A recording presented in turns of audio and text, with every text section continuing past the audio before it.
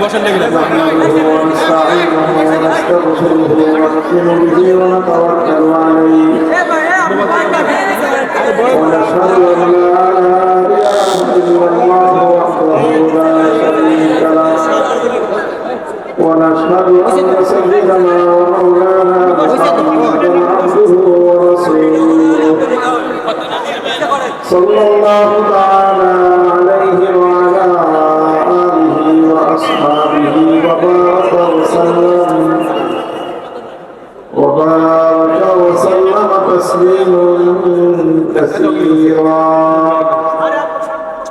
أما بعد فأعوذ بالله من الشيطان الرجيم بسم الله الرحمن الرحيم الذين إن مكناهم في الأرض أقاموا الصلاة وآتوا الزكاة وأمروا بالمعروف ونهوا عن المنكر ولله عاقبة الأمور بارك الله لنا ولكم في القرآن العظيم ونفعنا وإياكم بالآيات والذكر الحكيم اللهم صل على محمد وعلى آل محمد كما صليت على إبراهيم وعلى آل إبراهيم إنك حميد مجيد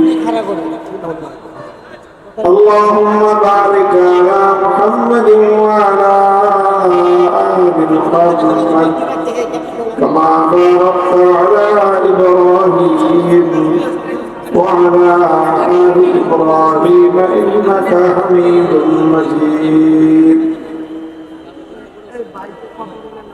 কোনাবাড়ি উপজেলা উলামা পরিষদের উদ্যোগে আয়োজিত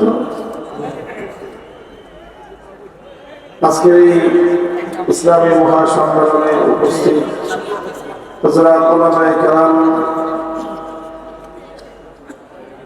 সম্মানিত জ্যেষ্ঠ মুরব্বী, সম্মানিত সমবেত ইসলাম প্রিয় কোরআন প্রেমিক নবী প্রেমিক তাওহীদী মুসলমান ভাই ও বন্ধুগণ,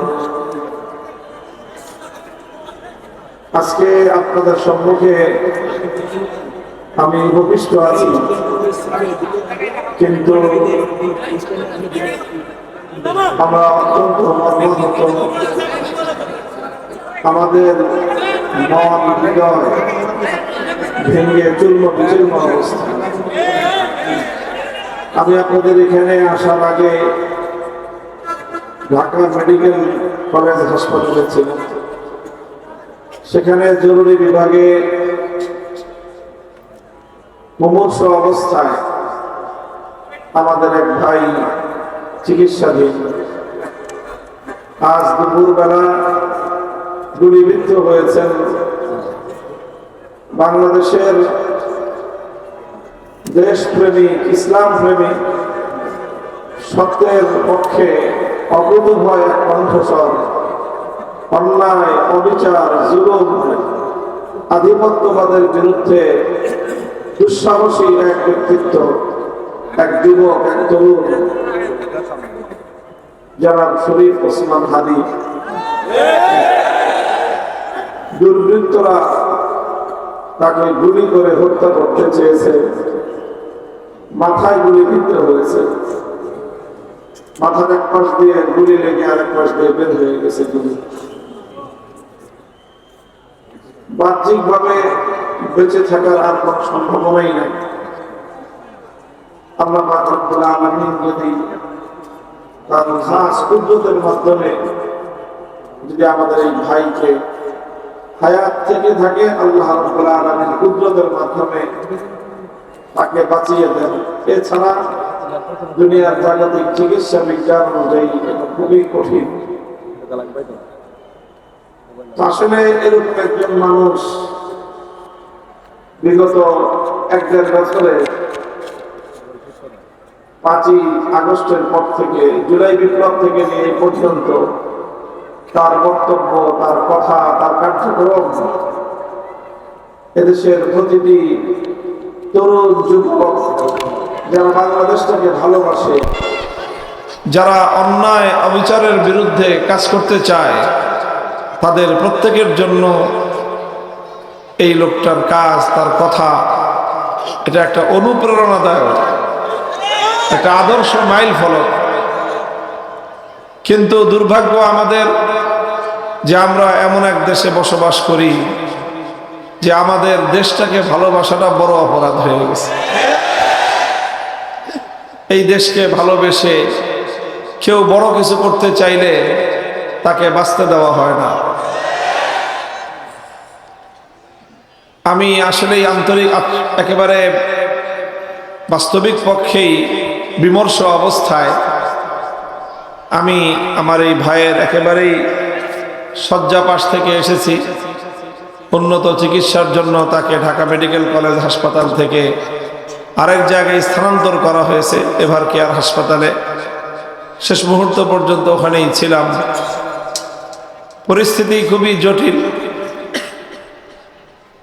তো জানি না এই দেশ এবং এই দেশের যারা দায়িত্বশীল, বিশেষ করে বিভিন্ন গোয়েন্দা সংস্থা, তারপরে আইন শৃঙ্খলা রক্ষাকারী বাহিনী, তারা এই জাতীয় অন্যায় এবং অপরাধ বন্ধ করার ক্ষেত্রে কি ভূমিকা রাখতেছেন, কি ভূমিকা রাখবেন, সেই বিষয়ে আস্থা রাখা যাচ্ছে না। এরকম আরো কত হাদি, আরো কত যোদ্ধা, কত দেশপ্রেমিক, কত সত্যের সৈনিক ন্যায় এবং ইনসাফের পক্ষে কথা বলতে গিয়ে তাদেরকে প্রাণ হারাতে হবে জানি না। তবে আমরা যদি শপথ করতে পারি যে এই কোনো মৃত্যুর মিছিল, এই জাতীয় কোনো আক্রমণ, আমাদের জীবনের কোনো হুমকি আমাদের কাউকে সত্য প্রতিষ্ঠার এই সংগ্রাম থেকে, আল্লাহর দ্বীনকে বিজয়ী করবার এই আন্দোলন থেকে, অন্যায় এবং অবিচারের বিরুদ্ধে বাংলাদেশ বিরোধী আধিপত্যবাদী যে শক্তি, সেই শক্তির মোকাবেলা থেকে আমরা এক চুল পরিমাণ পিছপা হব না। এই শপথ যদি আমরা নিতে পারি তাহলে এই রক্ত, এই জীবন, এই আত্মত্যাগ ইনশাআল্লাহ এটা ব্যর্থ হবে না। আমি একটা কথা বলি যে বাংলাদেশ এবং ইসলাম এক সূত্রে গাঁথা।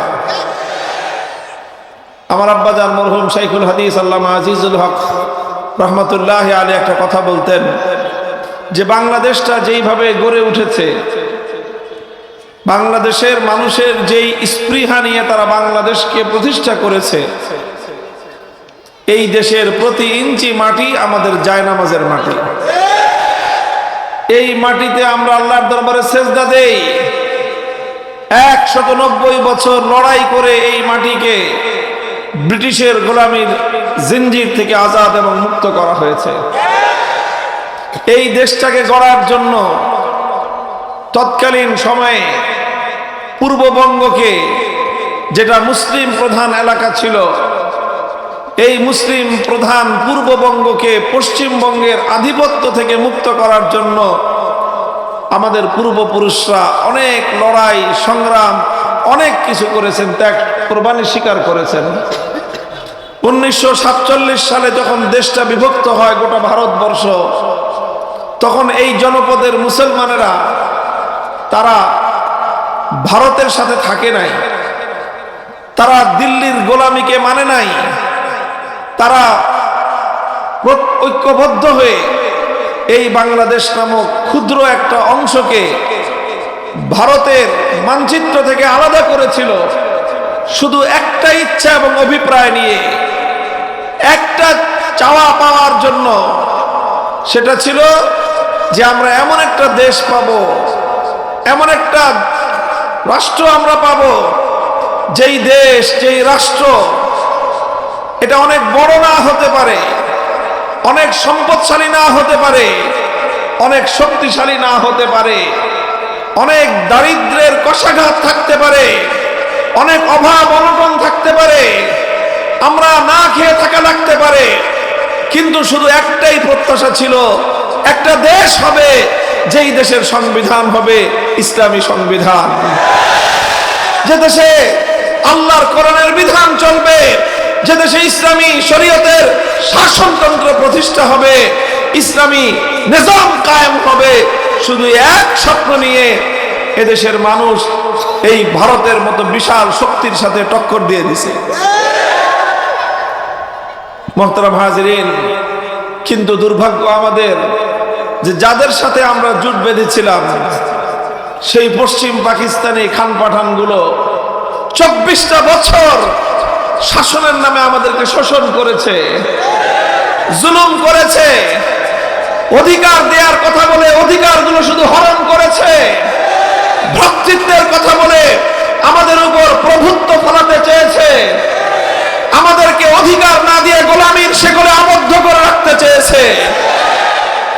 এই করতে করতে কোরআনের শাসনের কথা বলল, অথচ দিল আমাদেরকে বৈষম্যের শাসন। ইনসাফের শাসনের কথা বলে আমাদের অধিকারগুলো কেড়ে নিল। আমরা বড় নির্যাতিত নিপীড়িত এক জাতি। 190 বছর লড়াই করলাম যাদের বিরুদ্ধে, মুক্ত হলো, দেশ স্বাধীন হলো। আমরা স্বপ্ন দেখলাম আল কোরআনের শাসন হবে, ইসলামী শাসন কায়েম হবে, কোরআনী শাসন ব্যবস্থা, কোরআনী বিচার ব্যবস্থা প্রতিষ্ঠা হবে। কিন্তু এই খান পাঠানগুলো 24টা বছর সেই স্বপ্ন পূরণ হতে দেয় নাই। এরপরে আসলো আরেক যুগ।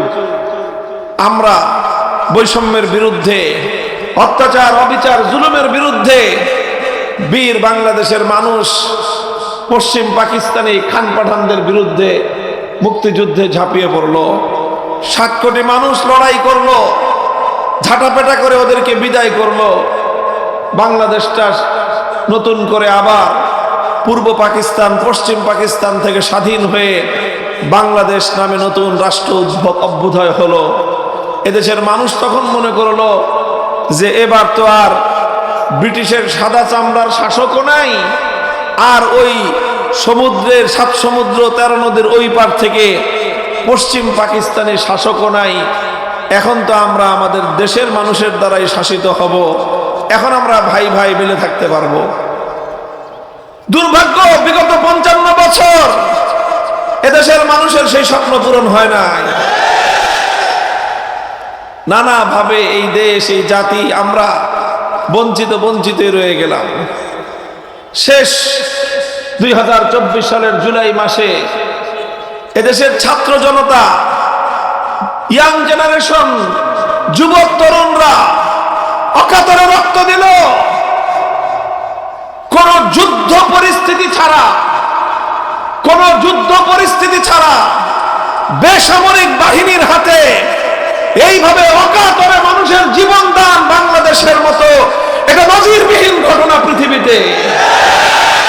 বাংলাদেশের 64টা জেলায় এমন কোন জেলা পাওয়া যাবে না যেখানে জুলাই বিপ্লবের সময় এদেশের যুবক তরুণ ছাত্ররা, এমনকি শিশুরা পর্যন্ত সেই ফ্যাসিবাদী শক্তির বর্বর আক্রমণে প্রাণ দিয়েছে, শাহাদাত বরণ করেছে, জীবন দিয়েছে। সহস্রাধিক তাজা প্রাণ ঝরেছে 15 থেকে 20 দিনের এই জুলুম এবং নির্যাতনে। অবশেষে 5ই আগস্ট সেই বিপ্লব সার্থক হলো, অভ্যুত্থান সফল হলো। অত্যাচারী ফ্যাসিবাদী খুনি শক্তি দেশ থেকে উৎখাত হলো। আমরা মনে করলাম যে এবার ধীরে ধীরে যারা এতটা দিন, বিগত প্রায় 15-16 বছর যেই শক্তিগুলো নিগৃহীত হয়েছে, নির্যাতিত হয়েছে, জুলুম নির্যাতনের শিকার হয়েছে, গুম হয়েছে, খুন হয়েছে, বাড়িঘর ছেড়ে থেকেছে বছরের পর বছর, কারাগারে অন্ধকার প্রকোষ্ঠে বছরের পর বছর জিন্দানখানায় কাটিয়েছে, তারা হয়তো এবার ঐক্যবদ্ধ হয়ে দেশটাকে দেশ বিরোধী শক্তির হাত থেকে রক্ষা করবে। কিন্তু দুর্ভাগ্য আমাদের, কিছুদিন পর থেকেই যারা যারা বিগত সময়ে নির্যাতনের শিকার হয়েছিল তাদের মধ্যে পরস্পর শুরু হয়ে গেল কামড়াকামড়ি। মুহতারাম হাজিরিন।